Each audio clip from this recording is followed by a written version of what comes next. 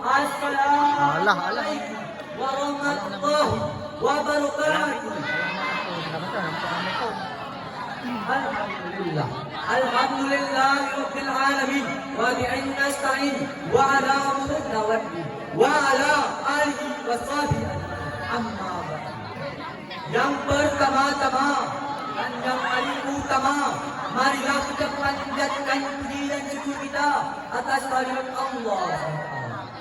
Yang mana Allah masih memberikan kita nikmat mata untuk melihat, nikmat bibir untuk berpikir, nikmat otak untuk berpikir, nikmat cerdas untuk berkarya. Salawat bertangkaikan salam, marilah kita sanjung sajikan kepada Rajanya Padang Pasir yang tak pernah getar melawan nenek lampir, apalagi melawan orang kafir. Siapakah dia? Ya Habibana, ya Rasulana Muhammad sallallahu alaihi wasallam.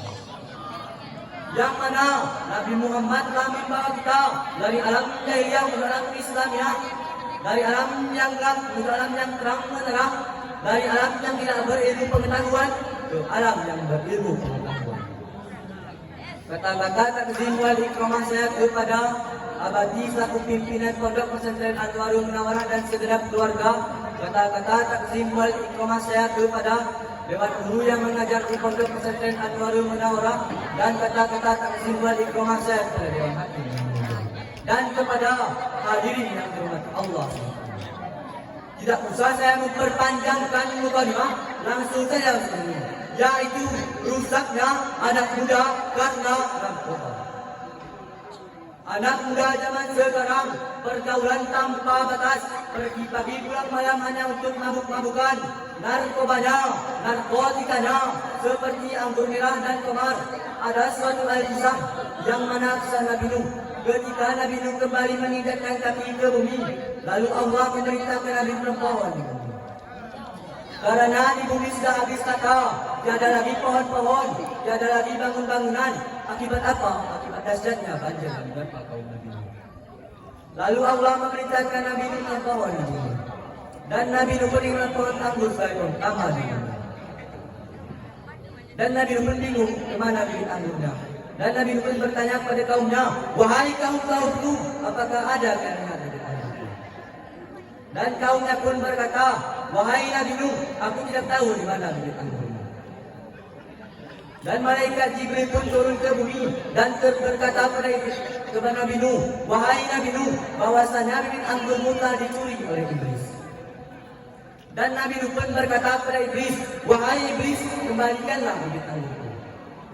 Dan iblis pun berkata, wahai Nabi Nuh, aku tidak mau mengembalikannya kecuali engkau mau berbagi denganku. Nabi Nuh pun setuju ingin berbagi dengan iblis. Oke iblis, aku beri kamu 2/3. Iblis pun tidak menerimanya. Dan Nabi Nuh pun kembali menaikkan tawarannya. Oke iblis, aku beri kamu 2/3. Iblis pun menerimanya. Syekh Jamaluddin Al-Damiri pernah mengatakan dalam kitabnya bahwa setelah iblis minum anggur di bumi, dia memotong seekor burung merak yang menyiramkan darahnya kepada anggur itu. Dan setelah daunnya tumbuh, dia memotong seekor monyet yang menyiramkan darahnya kepada anggur itu. Dan setelah buahnya tumbuh, dia memotong seekor singa yang menyiramkan darahnya kepada anggur itu. Dan setelah datangnya waktu panen, dia memotong seekor babi dan menyiramkan darahnya kepada anggur itu. Anggur itulah yang sudah menjadi minuman keras sekarang, seperti anggur merah dan lain-lainnya. Orang yang meminumnya pasti akan ketagihan dan pasti akan merasakan tempat sifat binatang itu. Yang pertama, berlaku sombong layaknya seperti burung merak. Yang kedua, berjalan menari-nari seperti monyet. Yang ketiga, meraung-raung seperti singa atau berteriak yang tidak jelas. Yang keempat, ketika mabuknya sudah habis, dia akan lebih pulas layaknya seperti babi. Sifat keempat binatang itulah yang akan hilang daripada pemabuk-pemabuk. Allah pernah berfirman dalam Al-Quran, Quran surah Al-Baqarah ayat 219 yang berbunyi, A'udzu billahi minasyaitonir rajim. Bismillahirrahmanirrahim. Yas'alunaka 'anil khamri wa masirina allati qul fiha ismun kabir wa manafi'ul linnas. Yang artinya mereka bertanya kepada Nabi Muhammad tentang apa manfaatnya minum khamar. Sungguh itu lebih banyak dosanya ketimbang. Nabi Muhammad pernah bersabda, la'annallahul khamra wasnibaha wasikyaha wa yani'aha wa mubataha wa asriha wa mudasariha wa hamdalaha. Yang artinya Allah melaknat khamar, juga melaknat penjualnya, pembelinya, peminumnya, penyebarnya, pengedarnya, pengantarnya kepada peminum. La'annallahu, Allah melaknat. Arti laknat itu apa? Jauh dari Allah SWT. Ada kisah seorang pemuda ditawarkan pada 3 dosa. Yang pertama berzina, yang kedua membunuh, yang ketiga minum khamar. Tawarkan dia. Hai kamu, jika kamu ingin selamat, pilih antara 3 dosa ini. Dia pun pikir-pikir, kalau membunuh itu sangat besar dosanya, kalau berzina itu mengganggu kehormatan hamba Allah. Jadi yang paling ringan dosanya adalah minum khamar. Dia pun pilih minum khamar. Setelah dia minum khamar, hilang akalnya, bangkit nafsunya. Dia lihat seorang wanita lalu berzina dia dengan wanita itu. Setelah dia berzina, dia lihat banyak orang yang menyaksikan dia berzina. Dia bunuh orang yang menyaksikan itu. Gara-gara khamar, orang bisa jadi pembunuh, bisa jadi penzina. Makanya disebut induk dari segala dosa, nenek moyang dari segala dosa adalah minum khamar. Orang yang meminumnya tidak terima soalnya 40 hari 40 malam. Namun sayang, seribu sayang hadirin, anak muda zaman sekarang telah dirusakkan dengan yang namanya narkoba dan narkotika. Akibat pengaruh negatifnya narkoba dan narkotika, anak muda zaman sekarang saling menghujat, saling menghina, bahkan sampai saling membunuh sesama anak muda. Itulah pengaruh negatifnya narkoba. Narkoba, narkotika, perusak bangsa.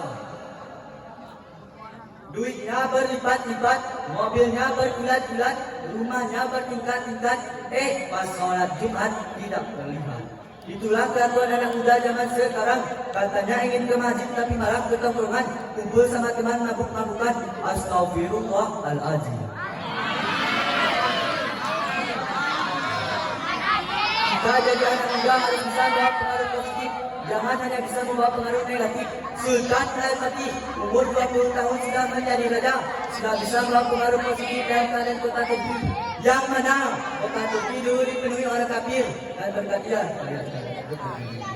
Yang ceweknya cantik-cantik, imut jelita. Masya Allah, tabarakallah. Anak muda harus bisa membawa pengaruh positif, jangan hanya bisa membawa pengaruh negatif. Karena masa depannya dunia ada pada di atas tangannya para anak muda, bukan di atas botol yang bercakap kakak tua. Kesimpulannya, kita jadi anak muda jangan salah pergaulan, pergi sini pergi saya tanpa tujuan. Masa depan yang cerah jangan dipergelapkan, mabuk-mabukan. Ingat, masa muda hanya sekali, tidak bisa diulangi. Marilah kita perbaikan diri dengan jangan konsumsi narkoba lagi. Karena narkoba hanya nikmat semata yang sekejap hilang rasanya, yang meninggalkan dosa yang tidak bermakna dan bahkan membuat kita menderita di hadapan abdi-abdi negara. Narkoba hanya perusak bagi kita. Anak muda yang pintar bisa menjadi bodoh hanya gara-gara narkoba. Anak muda yang rajin bisa menjadi pemalas hanya gara-gara narkoba. Anak muda yang sehat bisa menjadi sakit hanya gara-gara narkoba. Mungkin hanya ini yang dapat saya sampaikan.